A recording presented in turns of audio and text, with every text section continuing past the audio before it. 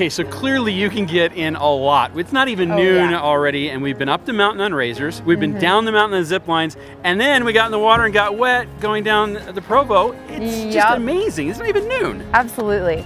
So that's kind of the best thing about it. You can do everything outdoor here, all in the same spot. We've got, like we said, the rafting, the razors, the zip line, the fly fishing, private river access. Wow. So we fish waters that nobody else even can. We can pull out right here at the yurt. We're on the river right here. We have a barbecue pit over there. We've got the yurt, kind of all in one. Really, It's everything awesome. is available at Provo Canyon Adventures. All the adventures you could possibly imagine. That's really what separates you from everybody else. Yep, it's the one-stop shop. Well, Becky, I cannot wait to see what our next adventure is. Neither can you, so stay with us.